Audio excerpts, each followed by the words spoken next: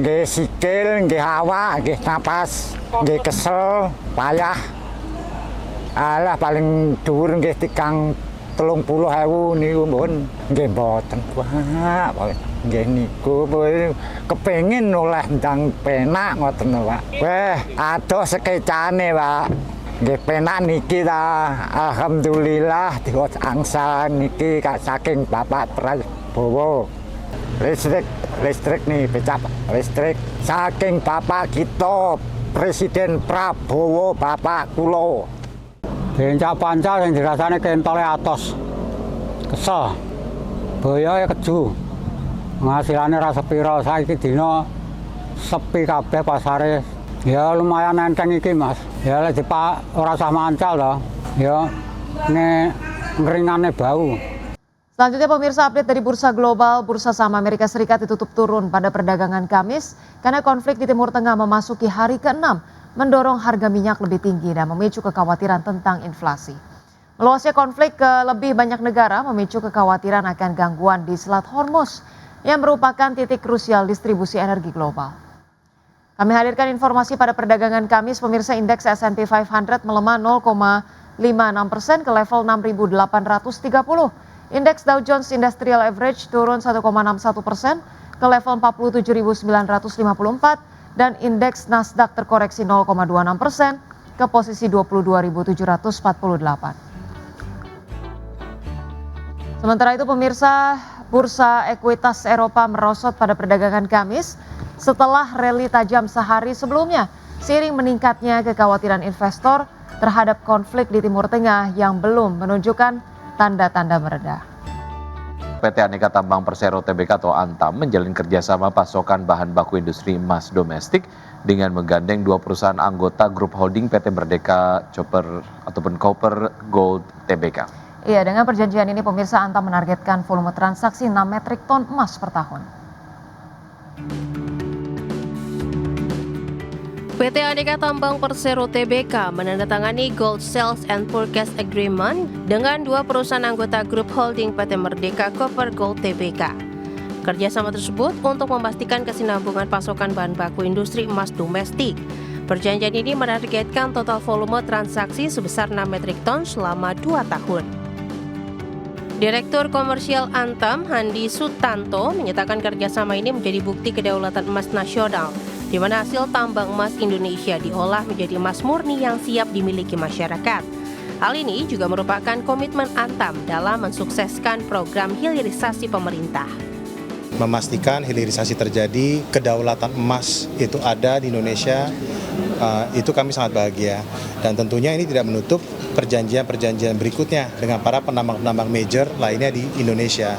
Antam, insya Allah kami siap membeli seluruh hasil tambang dan kami selalu melakukan kerjasama itu secara komersial yang fair. Sementara itu, Presiden Direktur PT Merdeka Copper Gold Tbk, Albert Saputro, mengungkapkan kerjasama dengan Antam merupakan langkah strategis. Hal ini untuk memastikan penyerapan produksi emas Merdeka secara optimal di dalam negeri sekaligus memperkuat integrasi rantai pasok hulu hilir nasional. Tentunya ya kita bisa mengkomersialkan semua hasil produksi kita dan juga mensupport rencana pemerintah untuk memastikan domestic supply emas itu terjaga. Karena seperti yang tadi Pak Handi bilang, kalau domestic supply-nya nggak ada kan mau nggak mau harus impor, sehingga kalau kita bisa mensupport ketersediaan emas di domestik, kita more than happy to do it. Produksi emas grup Merdeka yang masuk dalam klausal kerjasama dengan Antam berasal dari dua operasi tambang, yakni tambang emas 7 Bukit di Banyuwangi, Jawa Timur dan tambang emas Pani di Kabupaten Puhowato, Provinsi Gorontalo. Dari Jakarta, Rajo Patmo, IDEX Channel.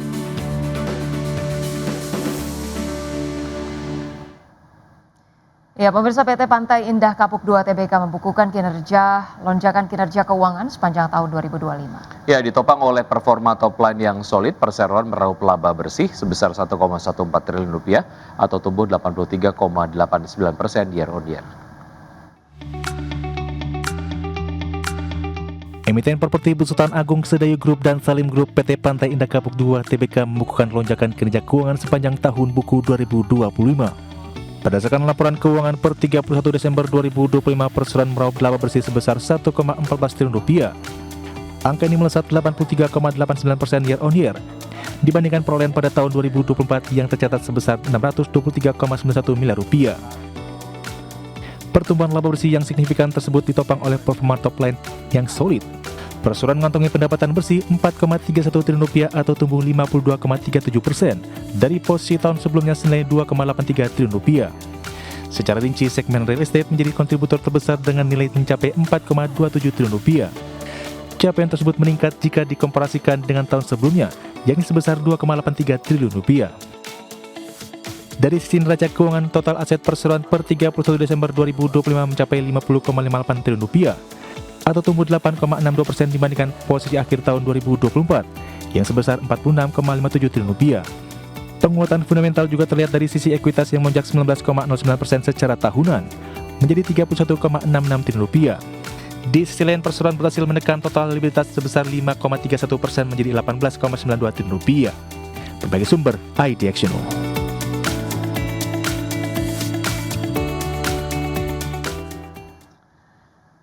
Emiten pelayaran PT Pelayaran Nasional Ekalia Purnamasari Tbk berkode saham LP berencana menggelar aksi korporasi melalui right issue. Ya, langkah ini dilakukan untuk memperkuat struktur permodalan serta mendukung ekspansi dan diversifikasi usaha perusahaan. Emiten pelayaran PT Pelayaran Nasional Ekalia Purnamasari Tbk atau LP akan menggelar rapat umum pemegang saham luar biasa pada tanggal 9 Maret 2026. Dalam rapat tersebut, perseroan akan minta persetujuan pemegang saham terkait rencana penambahan modal dengan hak memesan efek terlebih dahulu atau right issue.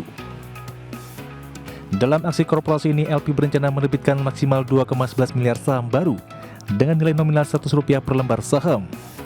Jumlah saham baru tersebut mewakili sekitar 22,18% dari modal didapatkan dan setor penuh setelah pelaksanaan right issue. Manajemen menyebut tambahan modal ini diharapkan dapat memperkuat struktur keuangan perusahaan serta mendukung kinerja operasional mulai ekspansi dan diversifikasi usaha. Dana hasil right issue rencananya akan digunakan untuk likuiditas umum, belanja modal dan modal kerja termasuk investasi serta kegiatan penunjang usaha. Berbagai sumber, ID Action.